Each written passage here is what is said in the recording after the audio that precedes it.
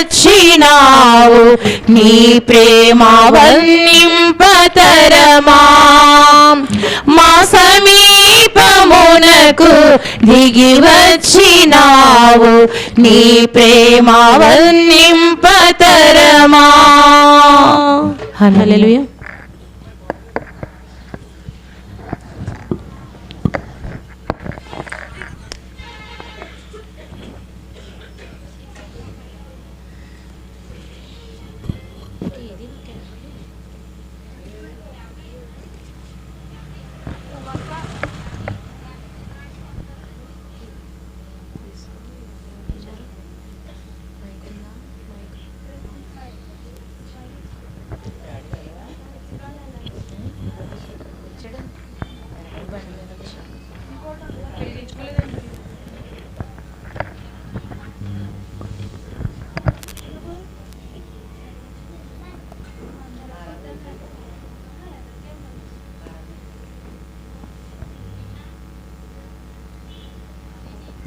అది తీసేసుకోవాలి, లేకపోతే ఆరిపోద్ది.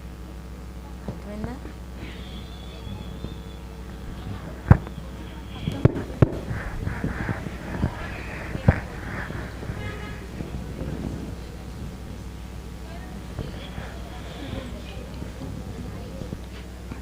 చివరి దాకా అందించండి క్యాండిల్స్.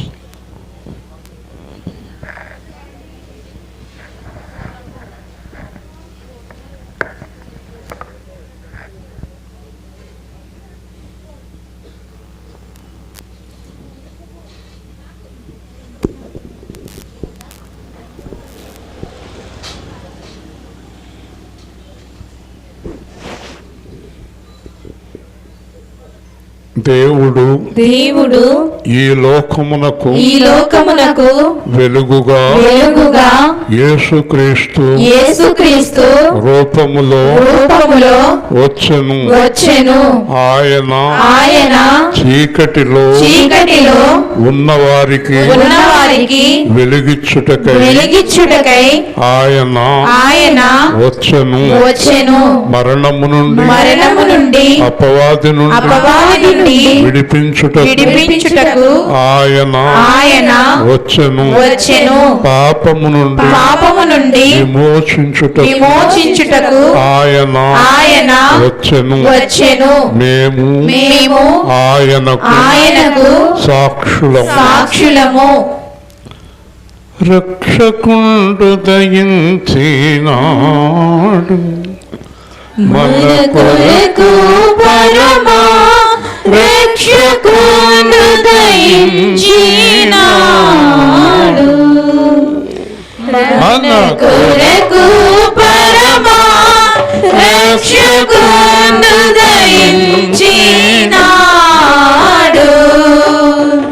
రక్షకుడు దయించినాడు.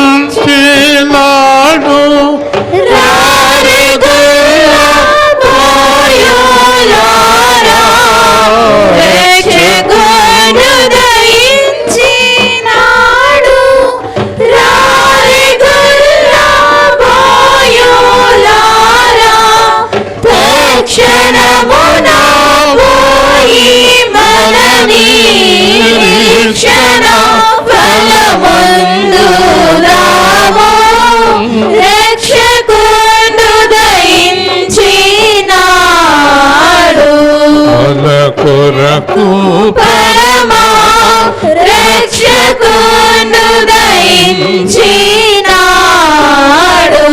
దావీదు వంశమందు ధన్యుడు జన్మించినాడు.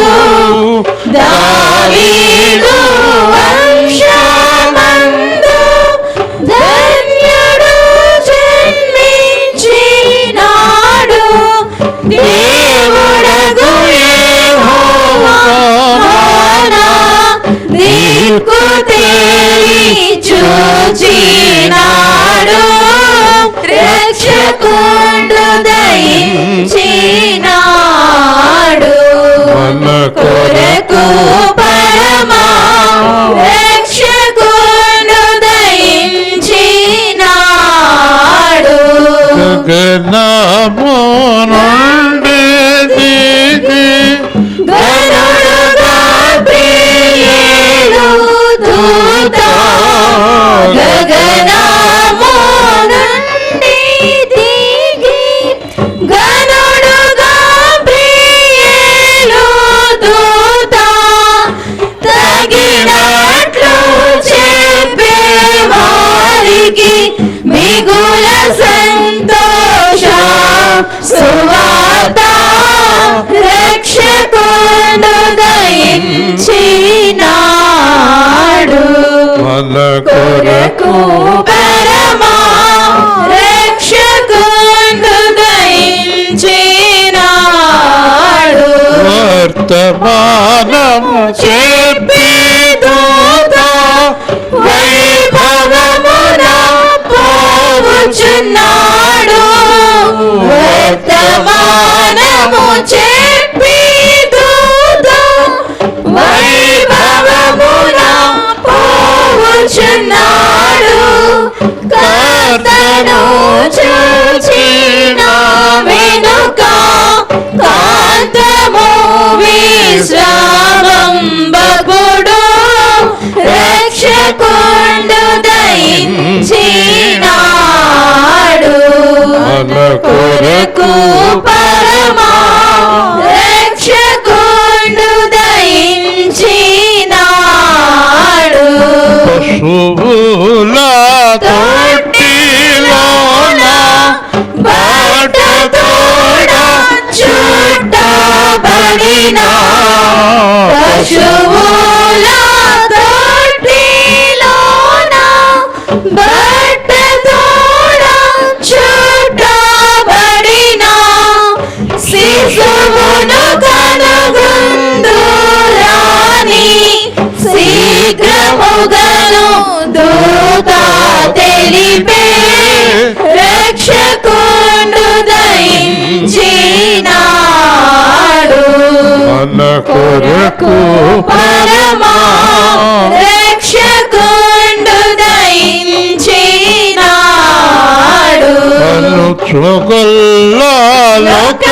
చుగల్లాలొకరికొకరు ఆనవాలు చెప్పుకొనుచు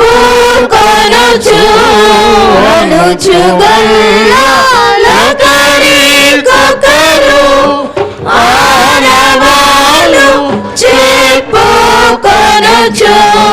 అనుమతించి కడకు క్రీస్తు అందరికీ తెలిసినాడు రక్షకుండు దయించినాడు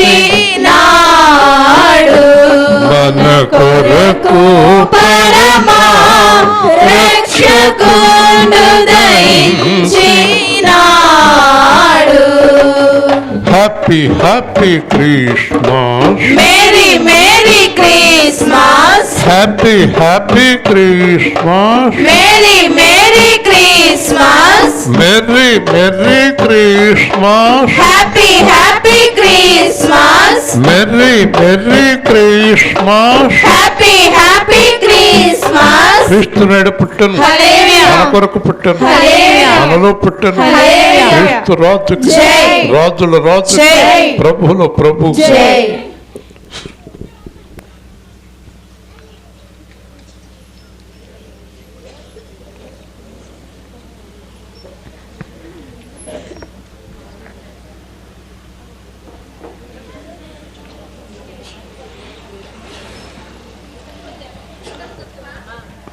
ఈరోజు యేసు ప్రభు జన్మదినమే కాకుండా మరి మూడవ కుమార్తె జన్మదినం కూడా కలిసి వచ్చినాయి. ఏదో మూడో పిల్ల ఏది ఎక్కడ ఉంది ఇవేనా?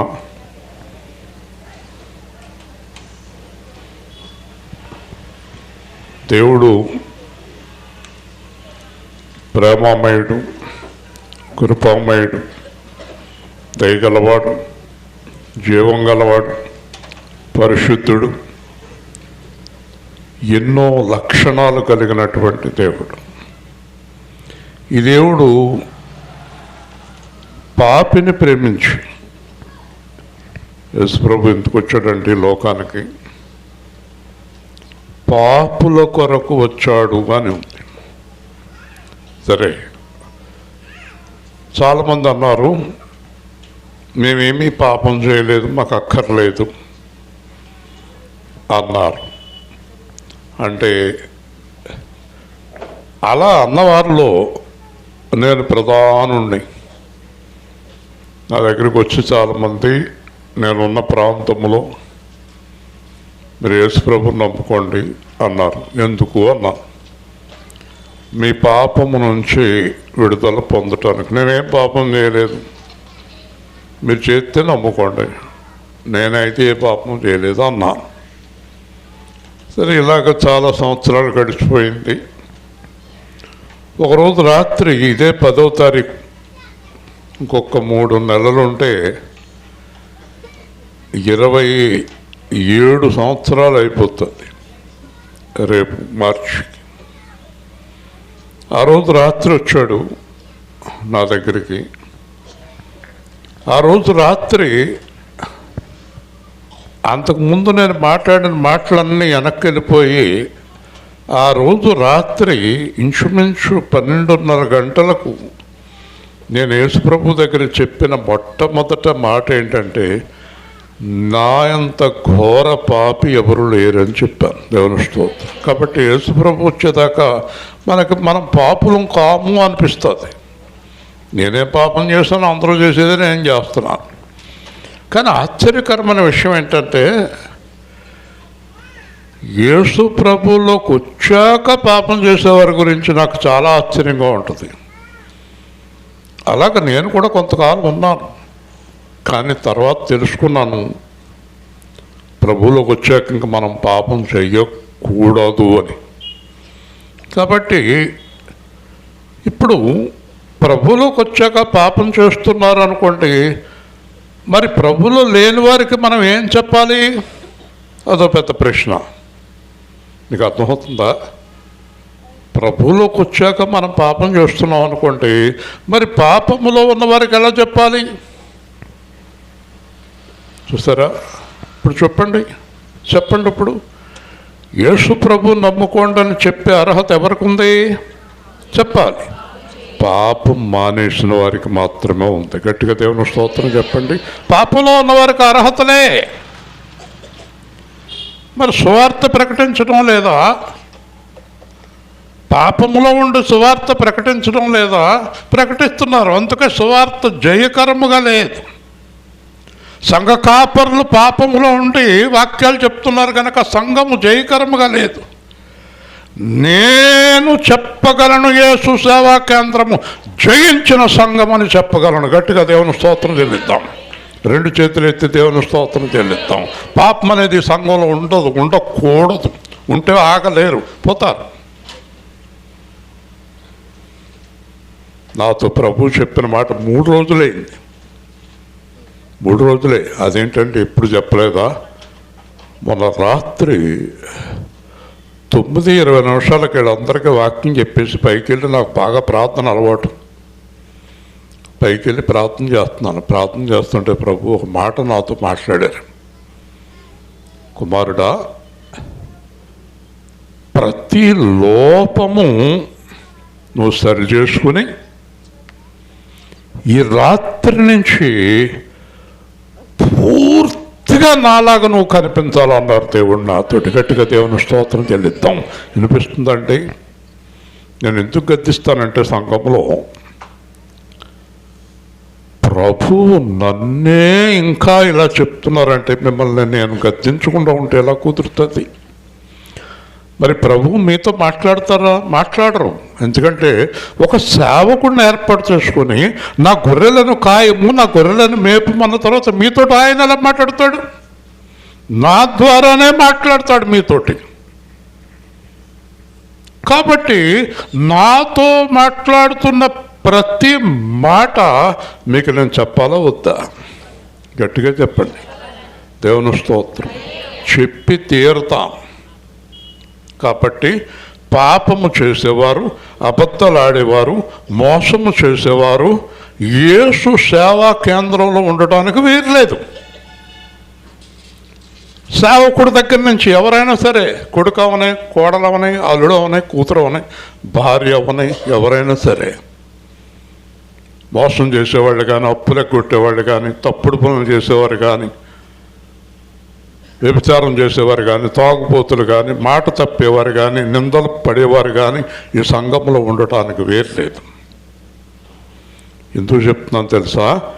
ఈ సంఘము 21 సంవత్సరాల కిందట సువార్త కొరకు అభిషేకించబడిన సంఘము. హల్లెలూయా. ఈ సువార్త అభిషేకించబడిన సంఘము పాపం చేస్తూ సువార్త ఎలా ప్రకటించగలం? మనం అబద్ధాలాడుతూ సువార్త ఎలా ప్రకటించగలం? మనం మోసం చేస్తూ సువార్త ఎలా ప్రకటించగలం? ఉదాహరణకి ఇక్కడ ఎవరైనా వచ్చి మీ సంఘంలో చూడండి ఒక ఆవిడ ఉంది తప్పుడు పనులు చేస్తుందని ఇక్కడ నిలబడితే మన సువార్త ఆపేసి వెళ్ళిపోవాలి. వెళ్ళిపోవాలొద్దా? వెళ్ళిపోవాలొద్దా? చెప్పాలి. మాట్లాడరేంటి? మరి ఏంటనుకుంటున్నారు? ఏమండి మీరు నేను నీతులు చెప్తున్నారు, ఆ మధ్యలో ఒక ఆవిడ కూర్చుంది భయంకరమైన పనులు చేస్తుందని ఎవరైనా వచ్చి ఇక్కడ అడిగారు అనుకోండి, నేను ఏం సమాధానం చెప్పాలి? అలాగే యేసు ప్రభు దగ్గరికి వెళ్ళి అప్పవాది కింద ఒక ఆయన నుంచి ఓ కేకలేసేస్తున్నాడు, అతడు అంత పరిశుద్ధుడా అని యేసు ప్రభుని అడిగినప్పుడు నా ప్రభు అపవాదితో ఏం చెప్పాలంటే నా ఇశ్రాయేలు పరిశుద్ధుడు అని చెప్పాలి. గట్టిగా దేవుని స్తోత్రం చెల్లిద్దాం. హల్లెలూయా.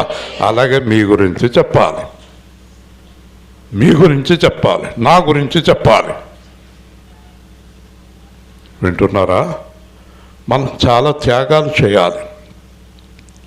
మనం చాలా త్యాగాలు చేయాలి. జాగ్రత్తగా వినండి. మొదటి త్యాగం శరీరాన్ని త్యాగం చేయాలి. దేవుని స్తోత్రం.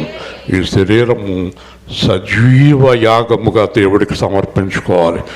శరీర వాంఛలకు లోబడిపోతే నరకము గ్యారంటీగా వచ్చేస్తుంది మనకు. దేవుని స్తోత్రం. మొట్టమొదటి శరీరాన్ని సజీవ యాగముగా సమర్పించుకోవాలి. మనము దేవుని ఆలయముగా మారిపోవాలి. వింటున్నారా? మనము దేవాలయముగా ఉండాలి. మనలో చాలామంది అనుకోవచ్చు వాళ్ళు అలాగున్నారు, వీళ్ళు ఎలాగున్నారు, వాళ్ళు అలాగున్నారు. మనకెందుకండి? చెప్పండి, మనకెందుకండి? యేసు ప్రభు ఒక ప్రార్థన చేశాడు తెలుసా మీకు? యేసు ప్రభు ఒక ప్రార్థన చేశాడు తెలుసా? లోకము కొరకు నేను ప్రార్థన చేయుటలేదు. వినాలి.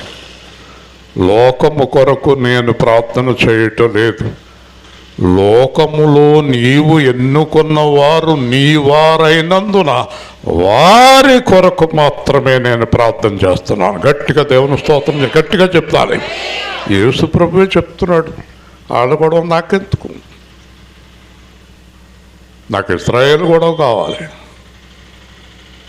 ఏషావ కేంద్రంలో ఉన్నవాడు గొడవ కావాలి, బయట వాళ్ళు కూడా నాకెందుకు అంటాడు యేసు ప్రభు. మీరు అడుగుతారా నన్ను? మీలో ఎవరైనా లేచి నిలబడి నా గొడవ మీకెందుకని అడగండి. అడిగే ధైర్యం ఉందా మీకు? నన్ను మాట్లాడరేంటి? అడుగుతారా? నా ఇష్టం వచ్చినట్టు ఉంటాను, మీరెవరు అడుగుతారని లేచి అడగండి. ఒక్క క్షణంలో యేసు ప్రభు వాళ్ళని దండించకపోతే నేను ఈ సేవ వదిలేస్తాను. దేవుని స్తోత్రం. ఊరుకోడు యేసు ప్రభు, ఊరుకోడు యేసు ప్రభు. కాబట్టి క్రిస్మస్ అంటే యేసు పుట్టెను హల్లెలూయా అని పాటల కోసం కాదు, క్రీస్తులాగా జీవించాలని చెప్పటానికే క్రిస్మస్. హల్లెలూయా. కూర్చో, అటు ఇటుగా కూర్చో. క్రీస్తు పుట్టెను కాదు, క్రీస్తు నీలో పుట్టాలనేది క్రిస్మస్. ఇప్పుడు ఆ పిల్లని అడిగాను, పుట్టినరోజట. ఆ అమ్మాయి పుట్టినరోజు చేసుకుంటే ప్రయోజనం లేదు. ఆ అమ్మాయి యేసుతో కలిసి పుట్టినరోజు చేసుకోవాలి. దేవుని స్తోత్రం. ఎవరిలో ఉండాలి? నువ్వు యేసులో ఉండాలి. వింటున్నారా? ఈరోజు దేవుడు నీ కొరకు ఇక్కడ క్రిస్మస్ పెట్టాడంటే నీకెంత బాధ్యత ఉంది. కాబట్టి క్రీస్తు ఎలా జీవించాడు, క్రీస్తు ఎందుకు వచ్చాడు, క్రీస్తు ఏం చేశాడు అని చెప్పేదే క్రిస్మస్ పండుగ. హల్లెలూయా. క్రీస్తు ఎందుకు వచ్చాడమ్మా? ఇందాక చెప్పాను, పాపుల కొరకు వచ్చాడు. హల్లెలూయా. పాపుల కొరకు వచ్చాడు. చూడండి, యెషయా గ్రంథం 7వ అధ్యాయం, యెషయా గ్రంథం 7వ అధ్యాయం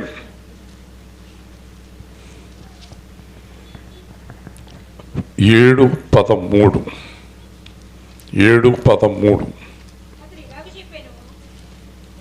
మైక్లో చెప్పాలి. చదువు. ఎవరి దగ్గర ఉంది మైక్?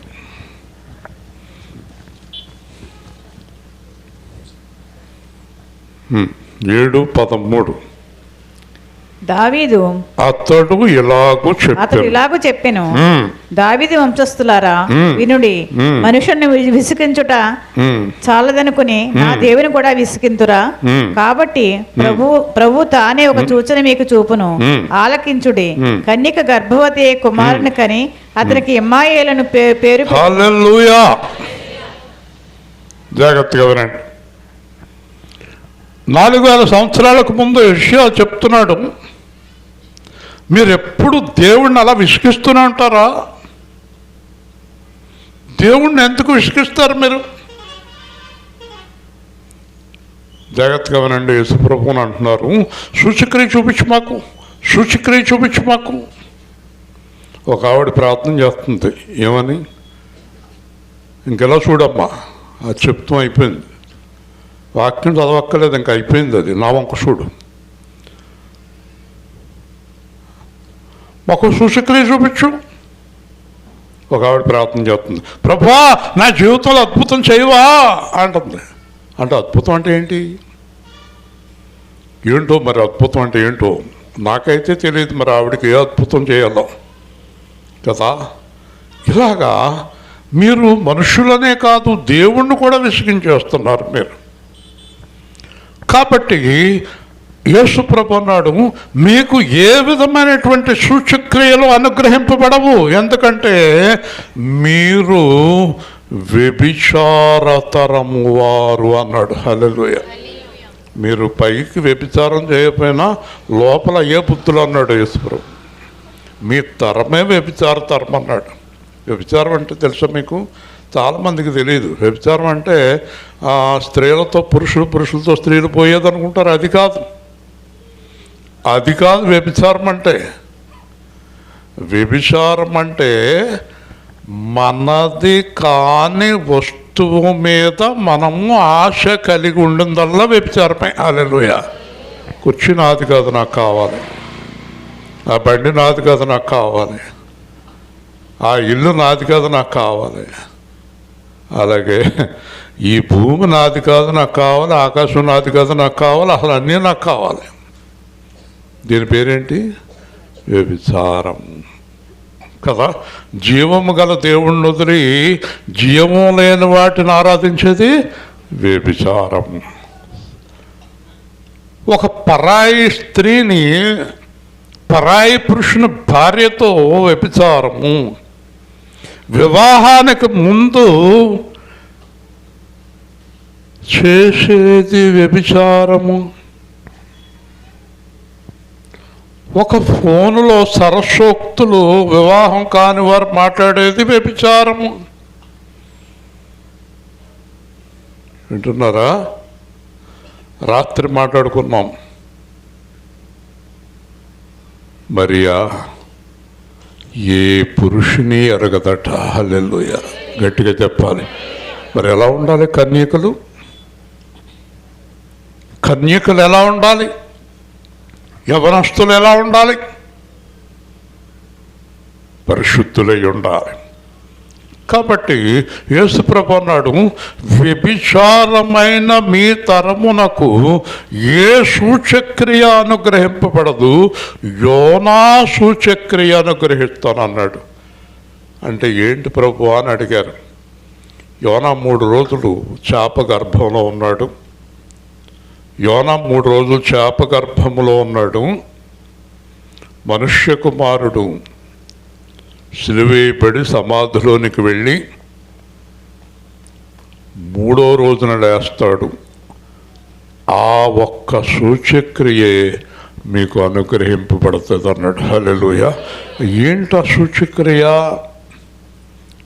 సూచక్రియ పాపులందరి కొరకు యేసు సిలువ వేయబడి సమాధి తిరిగి లేస్తాడు. అదే మీకు దేవుడు అనుగ్రహించిన సూచక్రియ అన్నాడు. హల్లెలూయా. కాబట్టి మనం ఏం చేయాలి? బాప్తిసం పొందాలి. ఏం పోవాలంటే పాపం పోవాలంటే. బాప్తిసం అంటే ఏంటి? మునుగుట. బాప్తిసం అనే దానికి అర్థం మునుగుట. అంటే మనము ములిగి క్రీస్తులో లేవాలనేది బాప్తిసం. హల్లెలూయా. అంటే పాప జీవితం సమాప్తం, పరిశుద్ధ జీవితం ప్రారంభం. హల్లెలూయా. గట్టిగా చెప్పండి హల్లెలూయా. బాప్తిసం పొందినోడు చేతులెత్తండి. అబ్బో.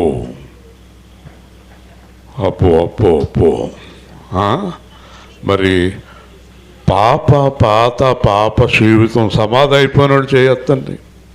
ఇంకా నా దగ్గర పాపం లేదు ఎత్తండి. మరి అమ్మగారు ఎత్తున్నారు, ఇస్రాయేలు ఎత్తుతున్నాడు. మీకు ధైర్యం లేదు కదా? ఎప్పటికెత్తారు? యేసు ప్రభు అక్కడ ఆలస్యం అవుతుందంటే ఇంకా కొన్నాళ్ళు పాపంలో ఉండి ఎత్తుతాం అంటారా? సమయము లేదు త్వరపడుమో నావా సాగిపోతున్నది, నావా సాగిపోతున్నది.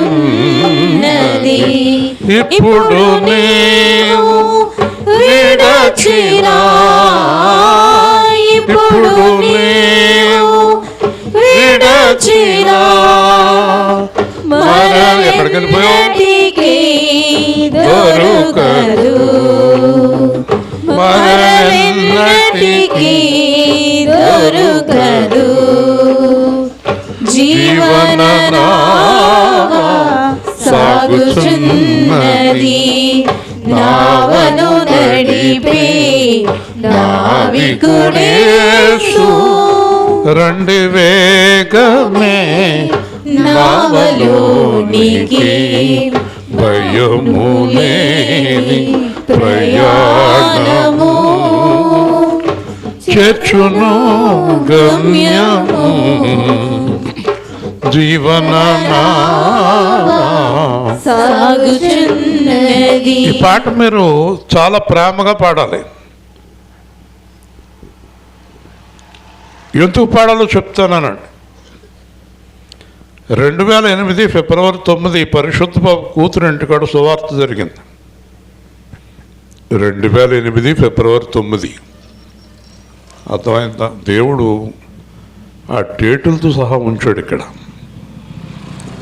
2008 ఫిబ్రవరి 9 సువార్త అయిపోయిన తర్వాత ఇంటికి వెళ్ళి పడుకున్న తర్వాత తెల్లవారుతప్పుడు ఒక దర్శనం వచ్చింది. ఒక నావ చాలా వేగంగా వెళ్ళిపోతుంది. ఆ నావలో చేతులెత్తింది కదా, ఈవిడి నేను ఉన్నాం. దేవుని స్తోత్రం. రాలింగ్లో ఒక ముసలాయన ఉన్నాడు, ఆయన వెనకాల కూర్చున్నాడు. ఆయన ఎప్పుడో నిద్రించాడు. ఆయన ఒక్కడే ఉన్నాడు నావలో. మొత్తం 3 ఉన్నాం. నావ చాలా వేగంగా వెళ్ళిపోతుంటే చాలా పెద్ద పెద్ద పాములు మీదకు వచ్చేస్తుంటే పాము తలలు పగిలిపోతున్నాయి. టప్ టప్ టప్ టప్ అని శబ్దం వినపడుతుంది. ఎవరు పగలగొడుతున్నారో అర్థమవుతుంది. చివరికి నావ ఒక లాకు దగ్గరకు వచ్చినప్పుడు పైనుంచి ఒక పెద్ద పాము దూకింది. పైనుంచి దూకిన పాము గాల్లోనే తలకాయ పగిలిపోతుంది. అసలు ఎన్ని పాములు నీళ్ళలో ఉన్నాయి, బయట ఉన్నాయి, పక్కన ఉన్నాయి, మీదకు వచ్చేస్తున్నాయి. మమ్మల్ని కరిచేయటానికి కర్రవక ముందే తలకాయ చిట్లిపోతూ ఉంది. దేవుని స్తోత్రం. అంటే ఈ నావ నడిపే కర్రతోటి పగల కొట్టేస్తున్నాడు తలకాయలు. నాకు సందేహం వచ్చింది. నేను నావలో కూర్చున్నాను, ఈవిడే నావలో కూర్చుంది, ముసలాయన నావలో కూర్చున్నాడు. అసలు ఈ తలల పగల కొడుతున్నది ఎవరు అని అడుగుతున్నాను. అందరూ దేవుని స్తోత్రం చెప్పండి. యేసు ప్రభు పాడుతున్నాడు పాట. నవను నడిపే నావికుడే, ఓయ్ అయోమయ ఉండు.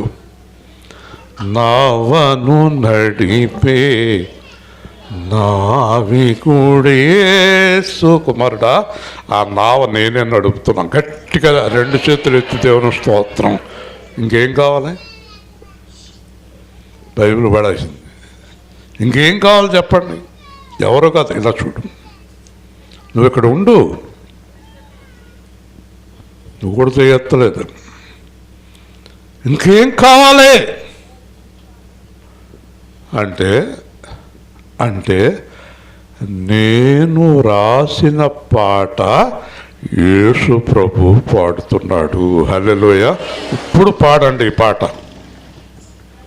ఇప్పుడు పాడండి. మనసు పెట్టి, హృదయం పెట్టి, నోరు తెరిచి పాడండి. ఎప్సిపా గారు మధ్యాహ్నం పొద్దున వచ్చినప్పుడు ఆవిడ చాలా తేడాగా కనిపించింది. అంటే అలా ఉన్నావు ఏం చెప్పలేకపోతుంది ఆవిడ. రాయిలాగా ఆవిడకి తెలుసు. లోపల ప్రార్థన చేశాను, get out on the name of Jesus అన్నాను. లోపల కూర్చుని 10 నిమిషాలకి బ్రహ్మాండంగా ఉంది. దేవుని స్తోత్రం. అధికారం ఉంది. పాడండి. నావను నడిపే నావికుడేసు రండి వేగమే నావలోనికి, రండి వేగమే నావలోనికి, భయములేని ప్రయాణము చేర్చును గమ్యము, జీవన నావ సాగుచున్నది, నావలో చక్కని బంధమున్నది, ఆత్మసత్యాను బంధమది, యేసు నావలోనే ఇది దొరకును, యేసు నావలోనే ఇది దొరకును, నిర్మల సంతోషము ఉన్నది విడువకు, జీవన సాగుచున్నది, సమయము లేదు త్వరపడుమో సాగిపోతున్నది, ఇప్పుడు నీవు విడచినా, ఇప్పుడు నీవు విడచినా మరలెన్నటికీ దొరకదు. మాట చెప్పనా? ఇప్పటికిప్పుడు పాపాన్ని విడిచిపెట్టకపోతే ఈ రాత్రి దేవుడు వచ్చినా మరణం వచ్చినా పాతాళానికి వెళ్ళిపోతాం. మీరందరూ నా సంఘము, దేవుడు నాకు ఇచ్చిన సంఘంలో చిన్న పిల్లలు మొదలుకొని పెద్దవారి వరకు చేతులు ఎత్తాలి, మేము పాపంలో లేము అని. దేవుని స్తోత్రం. అప్పుడే నా దేవుడికి సంతోషం కలుగుతుంది. భయపడకండి. పాపము అంటే అర్థం చేసుకోండి. పాపము అంటే దేవుడికి ఇష్టము లేని జీవితం. మరి చెప్పనా? పాపము అంటే దేవుడికి ఇష్టము లేని జీవితం. ఏంటది చెప్పు? చీకటి జీవితం. దేవుని స్తోత్రం. రహస్య కార్యములు విసర్జించుట. కాబట్టి యోనా సూచక్రియ మీకు అనుగ్రహించాను అన్నాడు ప్రభు. అంటే ఎవరైతే నా యందు విశ్వాసం ఉంచి రక్షణ పొంది బాప్తిసం పొందుతారో వారిని నేను పాపము నుండి విడుదల చేస్తున్నాను. హల్లెలూయా. కాబట్టి మీ జీవితంలో అద్భుతం ఏంటంటే, వినండి జాగ్రత్తగా, మీ జీవితంలో నేను చేసిన అద్భుతం, నేను చెయ్యబోయే అద్భుతం ఏంటంటే మిమ్మల్ని నరకము నుంచి, పాపము నుండి, శాపము నుండి, లోకము నుండి విడిపిస్తున్నాను. అదే నేను చెయ్యబోయే అద్భుతం. హల్లెలూయా. అంతకన్నా అద్భుతాన్ని ఏం ఆశించకండి. ఆయన పెద్ద కారు కొనుక్కున్నా, నేను ఎప్పుడు కొనుక్కుంటాను కదా? ఆలోచిస్తున్నారా? సంఘంలో ఒక అమ్మాయి ఉంది. ఆ అమ్మాయి ఎవరు వచ్చినా పెళ్లి చేసుకున్నట్టుంది. ఎందుకమ్మా అని అడిగాను. రూత్కి ఎలాగయిందో నాకు అలాగవ్వాలంటుంది. రూత్కి ఎలాగయిందో అన్నాను. రూత్కి 1000 ఎకరాలు ఉన్నాయని దొరికాడండి. మరి నాకు కూడా దొరకాలి. 1000 ఎకరాలు ఉన్నాయన, 1000 ఎకరాలు ఉన్నాయన ఈ మధ్యన చచ్చిపోయాడు అన్నాను. ఎవరంది? హరిశ్చంద్ర ప్రసాద్ గారు. నేను తగల ఏం ఆలోచనలు. ఒక బాగా రిచెస్ట్ పర్సన్ నెలకి 10 లక్షల జీతకాడు వచ్చినని పెళ్లి చేసుకోవాలని ఆశిస్తుంది. అయ్యి కాదు, అది కాదు నువ్వు ఆశించవలసింది. బోయజు స్త్రీని ఎరుగని వాడు. గట్టిగా దేవుని స్తోత్రం. అలాంటి పురుషుని ఆశించు. పురుషుని ఎరుగని స్త్రీ, స్త్రీని ఎరుగని పురుషుడు కావాలి మనకి. అంతకన్నా ఏం అక్కర్లేదు మనకి. చాలా 100 ఎకరాల ఆస్తి ఉంది, రోజు 10 మందితో తిరుగుతాడు ఆడు. మనకెందుకు? పరిశుద్ధుడు కావాలి మనకి. పరిశుద్ధత లేనప్పుడు ఎందుకు ఆస్తులు, ఎందుకు డబ్బులు, ఎందుకు బంగారాలు, ఎందుకు? ఆ అమ్మాయిలో కానీ అబ్బాయిలో కానీ పరిశుద్ధత లేనప్పుడు ఆస్తులు ఏం చేసుకుంటావు? నువ్వు ఎత్తునేసి కొట్టుకుంటావా? కాబట్టి యోనా సూచిక్రియ గురించి మాట్లాడుతూ దేవుడు, మనుష్యులను విసిగించుట చాలదనుకుని నా దేవుని కూడా విసిగింతురా. మీరు మనుష్యులను విసిగిస్తారు, దేవుణ్ణి విసిగిస్తారు.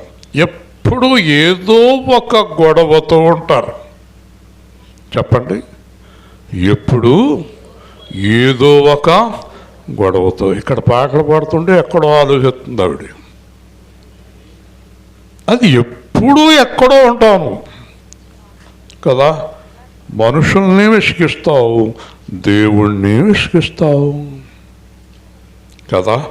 ఇంకా మీకు దేవుడు ఒక సూచ్యక్రియ చూపించాలనుకుంటున్నాడు. ఆ సూచ్యక్రియ ఏంటంటే, వింటున్నారా?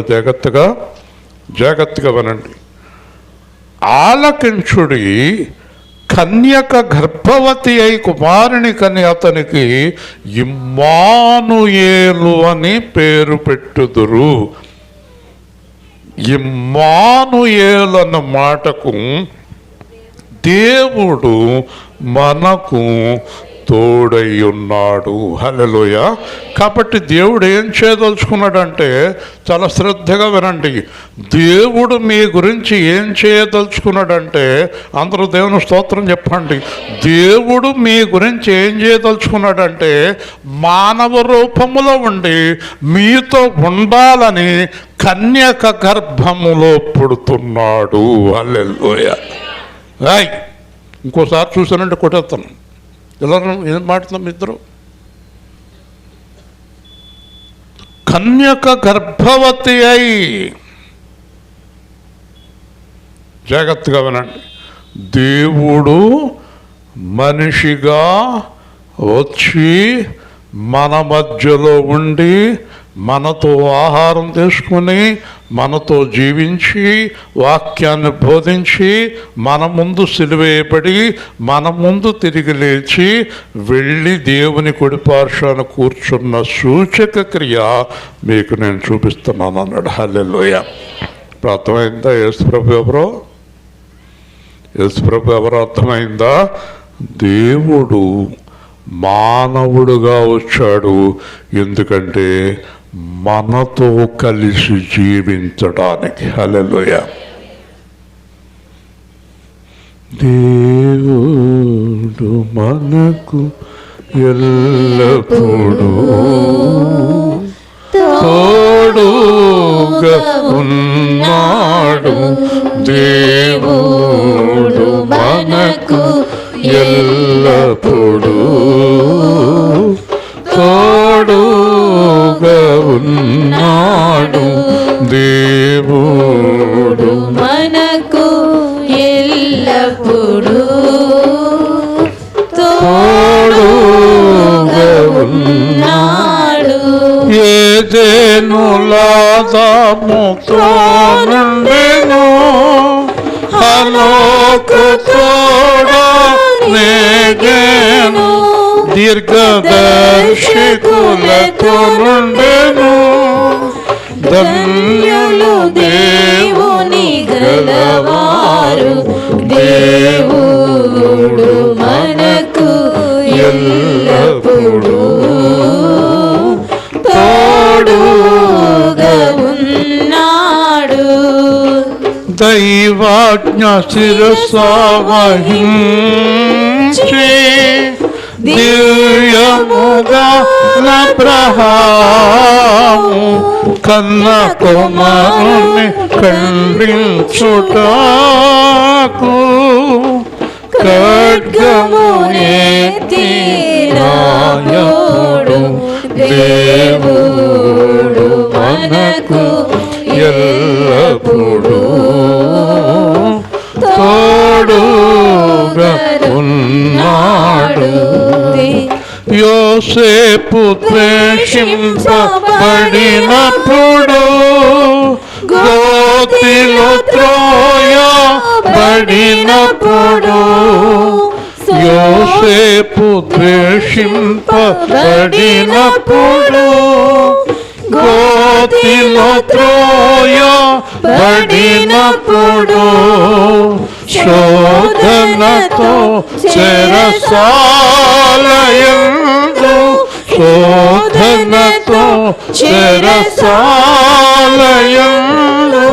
సింహాసనము ఎక్కినప్పుడు దేవుడు మనకు ఎల్లప్పుడూ తోడుగా ఉన్నాడు.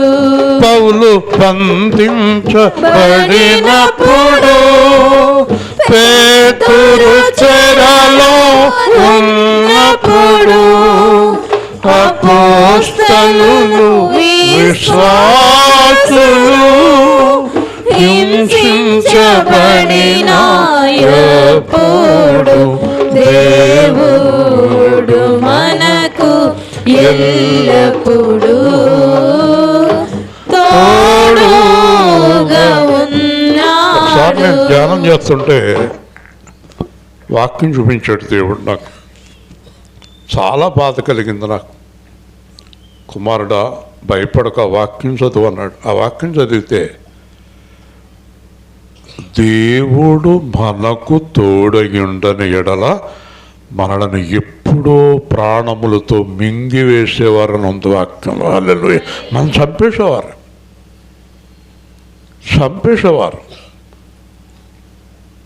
అపవాది ఏదో ఒకటి చేసేసేవాడు, మనం కింద పడేసేవాడు, తల బద్దలు కొట్టేవాడు, నడుపు బద్దలు కొట్టేవాడు, కాళ్ళు కొట్టేసేవాడు, చంపేసేవాడు.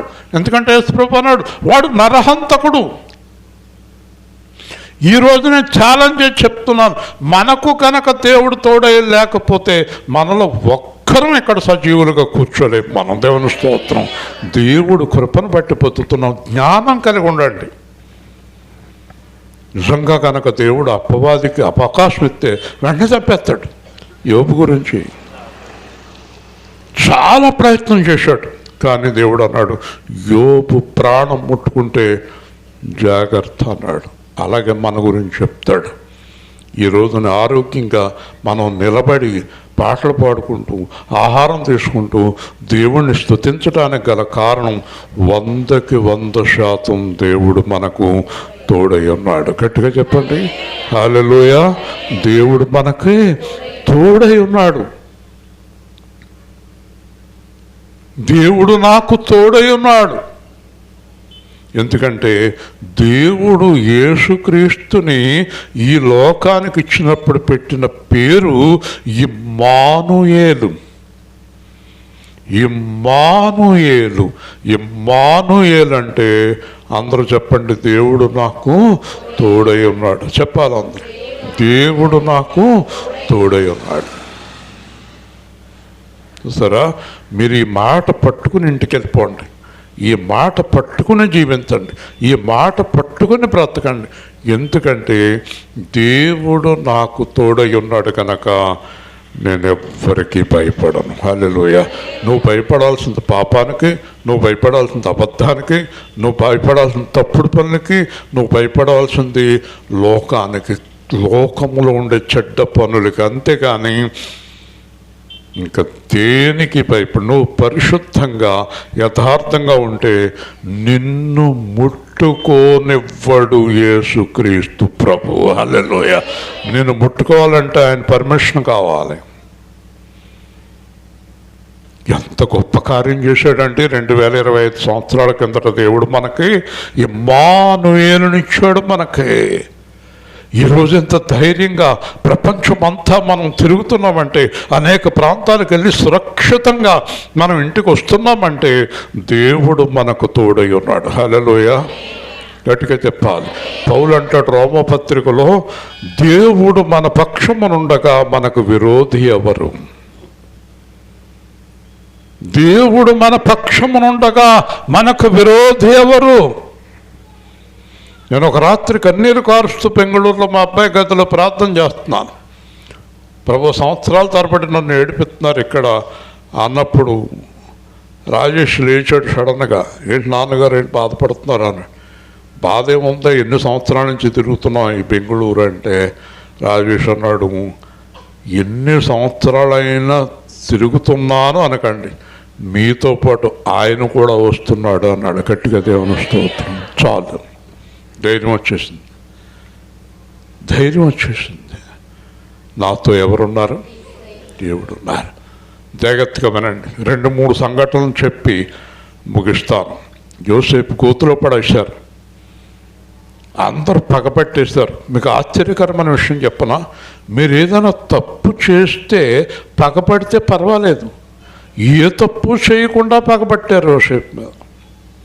ఏదైనా పాపం చేసి తప్పు చేసి పగపడితే దాని గురించి బాధపడక్కర్లేదు. ఏ తప్పు ఎరగని ఒక మంచి అబ్బాయి మీద పగపట్టారు.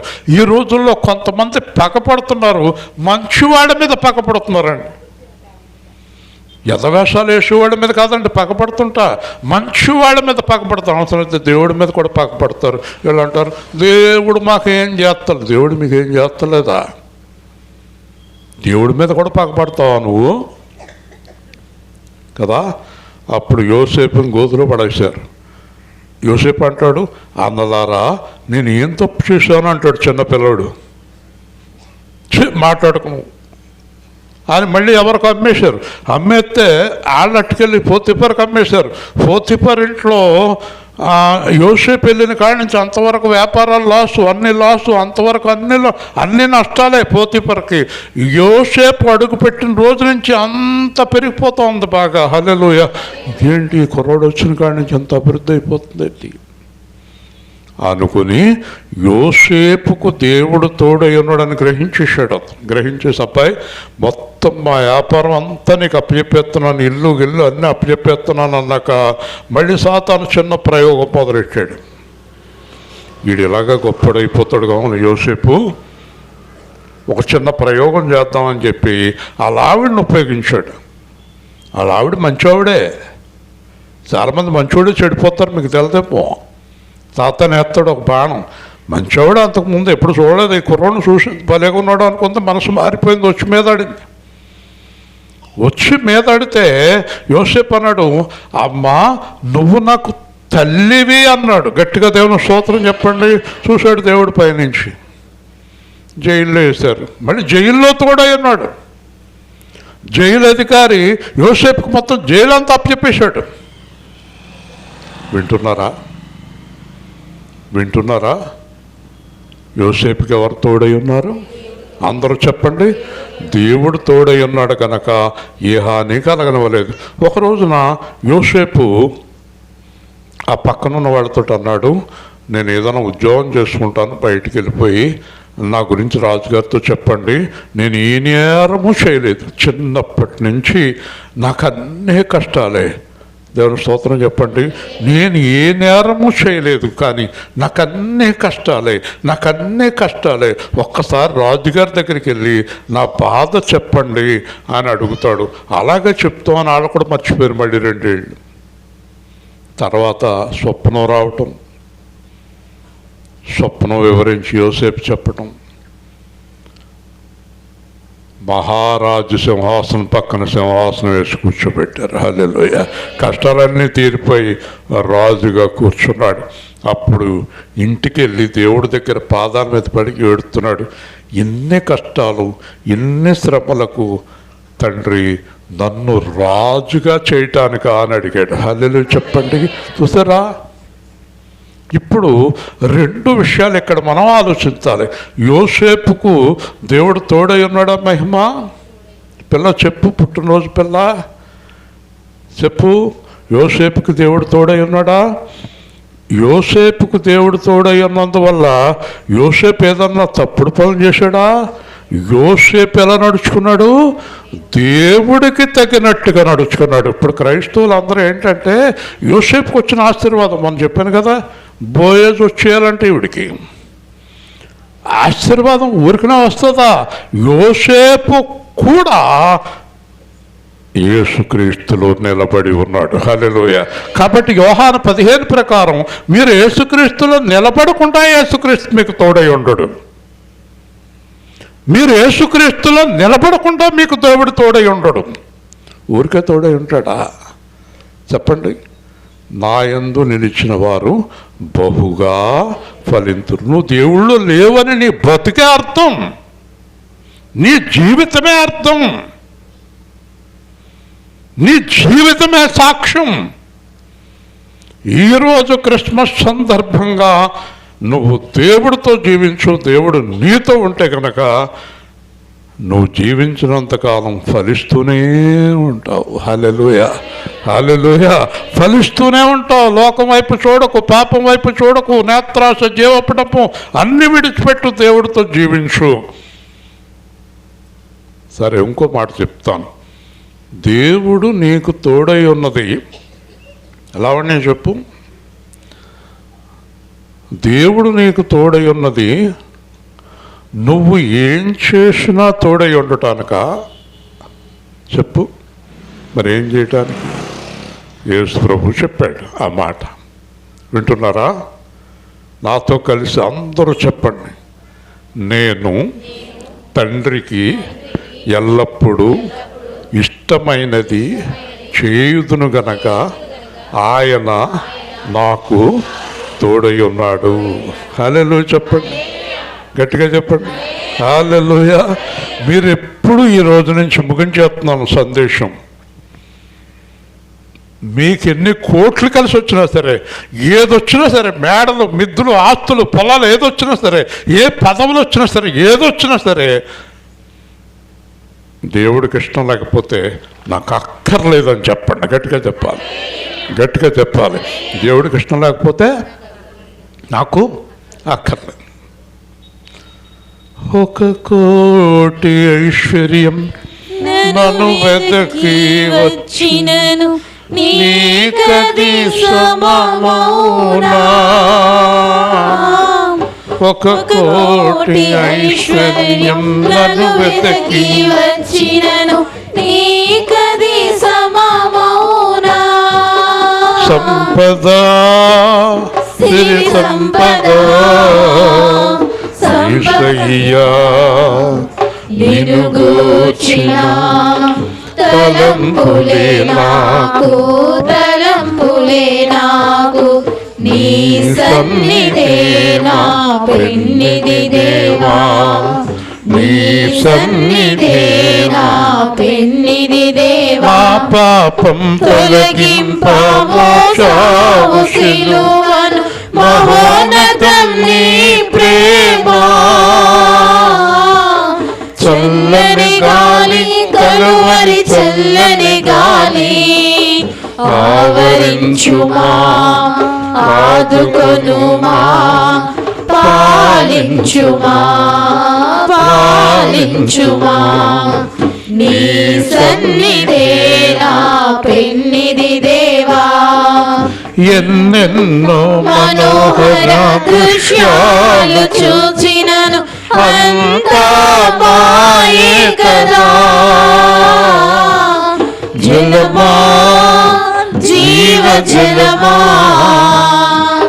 నీ నదిలో అనుదినము నన్ను ముంచుమా నన్ను ముంచుమా నీ సన్నిధే నా పెన్నిది దేవా అపవాది అగ్ని వంటి బాణాలు మాపైకి బలముగా విసిరినను ఖడ్గమా వాక్య ఖడ్గమా సర్వాంగ కవచమును దయచేయుమా సర్వాంగ కవచమును దయచేయుమా ఎవరెవరు ముగ్గురిని వేషం అగ్నిగుండంలో నాలుగో ఆయన ఎవరు దేవదూతలాగా ఉన్నాడు. ఎవరైనా నాలుగో ఆయన ఎవరని రాజుగారు లేచి దండం పెట్టేస్తున్నాడు ఆయనకి. అయ్య బాబు ఎవరైనా నాలుగో ఆయన ఎవరు అని దండం పెడుతుంటే నాలుగో ఆయనే యేసుక్రీస్తు అగ్నిగుండంలో ముగ్గురికి తోడై ఉన్నాడు. గట్టిగా దేవుని స్తోత్రం. తెలుసా దేవుడి గురించి? తక్కువ అంచనా వేస్తున్నావా దేవుడు? మీరందరి గురించి నాకు తెలియదు, కానీ ఈ వయసులో నేను నిలబడి ఇంత గట్టిగా సువార్త ప్రకటించడానికి కారణం నేను పుట్టిన రోజు నుంచి ఈ రోజు వరకు నాకు దేవుడు తోడుగానే ఉన్నాడు. హల్లెలూయా. వింటున్నారా? మీకు అందరికీ తోడై ఉండాలనే నా వేదన, నా ప్రార్థన. మీకు దేవుడు తోడై ఉండాలంటే ఇప్పుడే మనం మాట్లాడుకున్నాం. యేసు ప్రభు ప్రార్థన చేశాడు, మీరందరూ నన్ను వదిలిపోయినా నా దేవుడు నన్ను వదలడు, ఎందుకంటే నేను ఎప్పుడు దేవుడికి ఇష్టమైంది చేస్తాను. హల్లెలూయా. మీరు ఈ రోజు నుంచి క్రిస్మస్ సందర్భంగా ఈరోజు పిల్లలు, మీరు పెద్దలు, మొత్తం సంఘం అంతా కూడా ఒక నిర్ణయానికి రండి. దేవుడికి ఇష్టం లేకపోతే నేను ఏదైనా విడిచిపెడతాను, కానీ దేవుడికి ఇష్టం లేని పని చెయ్యను అని మీరు ఈ రోజు నిర్ణయానికి వస్తే కనుక ఈ రోజు నుంచి మీకు ఆశీర్వాదం ప్రారంభమై మీరు వద్దన్న కొలది ఆశీర్వాదం కుమ్మరిస్తూ ఉంటాడు దేవుడు. హల్లెలూయా. చెప్పండి. దేవుని స్తోత్రం. అర్థమైందా మీకు? క్రిస్మస్ అంటే ఏంటనుకుంటున్నారు? క్రైస్ట్ మాస్, క్రీస్తు ఆరాధన. క్రీస్తుని ఆరాధించేవారు ఆత్మతో సత్యముతో ఆరాధించాలి. క్రీస్తుని ఆరాధించేవారు సత్యములో లేక ఆత్మ సంబంధులుగా లేనప్పుడు ఆ ఆరాధన దేవుడు అంగీకరించడు. హల్లెలూయా. క్రిస్మస్ అంటే ఆత్మసత్య ఆరాధన. కేకులు కోసుకుని తినేసి గంతులేస్తాం కాదు. అర్థమైందా మీకు? క్రిస్మస్ సందేశం అంటే క్రీస్తు పుట్టెను, హల్లెలూయా, క్రీస్తు పుట్టెను కాదు, క్రీస్తు నాలో పుట్టెను అనేది క్రిస్మస్ సందేశం. హల్లెలూయా. క్రీస్తు అమ్మాయిలో పుట్టాలి ఈరోజు అంటే, క్రీస్తు నాలో పుట్టాలి అంటే క్రీస్తులాగా నేను జీవించాలి. మనకు ఒక వేరే మార్గం ఉందా? నేనే సత్యము. మరి అందుకే కదా దేవుడు మనకు తోడై ఉంటాడు. ఆయన పేరేంటి చెప్పండి? ఇమ్మానుయేలు. చెప్పండి అందరూ. ఇమ్మానుయేలు అంటే దేవుడు మనకు తోడై ఉంటాడని ఆ దేవాది దేవుడే యేసుక్రీస్తుగా వచ్చి యేసుక్రీస్తు మనతో మాట్లాడి యేసుక్రీస్తు పరలోకానికి వెళ్ళి ఆయన ఆత్మస్వరూపి మన లోపల నివసించడానికి వచ్చాడు. హల్లెలూయా. ఇంకెంతకన్నా భాగ్యం ఏం కావాలి మనకి? ఇప్పుడు చెప్పండి, దేవుడు నాకు ఎలా ఉంటే తోడై ఉంటాడు? అయిపోయింది మెసేజ్. ఎలా ఉంటే ఆయనకి ఇష్టమైనది చేయుదును గనక ఆయన నన్ను ఎప్పుడూ విడిచిపెట్టడు. ఈరోజు మొదలుకొని ఆయనకి ఇష్టమైంది చేయాలి. ఏంటి ఆయనకి ఇష్టమైంది? ఆయనకి ఇష్టమైందంటే ఎలా చేయాలి? ఆయనకి ఇష్టమైంది ఏంటో చెప్పటానికి యేసుక్రీస్తు వచ్చాడు, పౌలు వచ్చాడు, పేతురు వచ్చాడు, మోషే వచ్చాడు, యోసేపు వచ్చాడు. వాళ్ళ చరిత్ర చదవండి. అదే ఆయనకి ఇష్టమైన జీవితం. హల్లెలూయా. ఇంకేం కావాలి మనకి? ఇంకా ఉదాహరణలు ఏం కావాలి మనకి? ఇంకేం కావాలి మనకి? కాబట్టి ఆయనకి ఇష్టమైన జీవితాన్ని ఈరోజు ప్రారంభిస్తే ఇంకా మనలను వదలకుండా చివరిదాకా ఉండి మనం నిద్రించిన వెంటనే మన ఆత్మను పట్టుకెళ్ళి పరదేశంలో పెట్టి మధ్యాకాశానికి వచ్చినప్పుడు మళ్ళీ మనం తీసుకొచ్చి 7 ఏళ్ళు విందు చేసి కిందకు తీసుకొచ్చి 1000 ఏళ్ళు పరిపాలనలో మనం ఆయనతో ఉండి మహిమలో చేర్చబడతాం. హల్లెలూయా. ప్రేమగల తండ్రి, జీవాధిపతి అయిన ప్రభువా, రాత్రి కాలం ముందు మీరు మాకు ఇచ్చిన వాక్య సందేశాన్ని బట్టి స్తోత్రాలు. ఇమ్మానుయేలు దేవుడు అయిన నిన్ను పొందుకొని నీతో కలిసి నీలో నిలిచి పరిశుద్ధులమై నీకు ఇష్టమైన వారముగా ఉండే కృప అనుగ్రహించమని, లోకాన్ని విడిచిపెట్టి లోకాశలు విడిచిపెట్టి పరిశుద్ధులమై నీ కొరకు యథార్థంగా జీవించే భాగ్యం మాకు దయచేయమని, ఈ కుటుంబాలను దీవించమని, కుమార్తెను దీవించమని, ఇక్కడికి వచ్చిన ప్రతి ఒక్కరిని దీవించమని, శ్రమపడుతున్న సంఘమును, వాయిద్యాలు, వాహనాలు, ఇలాగ అనేక విధాలుగా నాయన రాలింగ నుంచి అలాగే వేల్పూర్ నుంచి ఆయా ప్రాంతాల నుంచి వచ్చిన వారందరినీ కూడా మీరు దీవించి మీ నామానికి మహిమ తెచ్చుకోమని, మిగిలి ఉన్న కార్యక్రమాన్ని మీ దివ్య హస్తాలకు అప్పగిస్తూ యేసునామములో ప్రార్థిస్తున్నాము తండ్రి. ఆమె. గమనించండి, రేపు లేదు, 12వ తేదీ పరిశుద్ధ బాబు గారింటికాడ, 13 జీవరత్నం గారింటి దగ్గర. గుర్తుపెట్టుకోండి. అలాగే సమయం కూడా త్వరగా మనం చలికాలం కాబట్టి 7:30కి ప్రారంభించుకోగలిగితే 8:30కి ముగుస్తుంది, 9ంటికి వెళ్ళిపోవచ్చు. అందరూ జాగ్రత్తగా మరి ఆహారం, మరి పాప వస్తే కనుక కేక్ ఏమైనా ఉందా లేదా?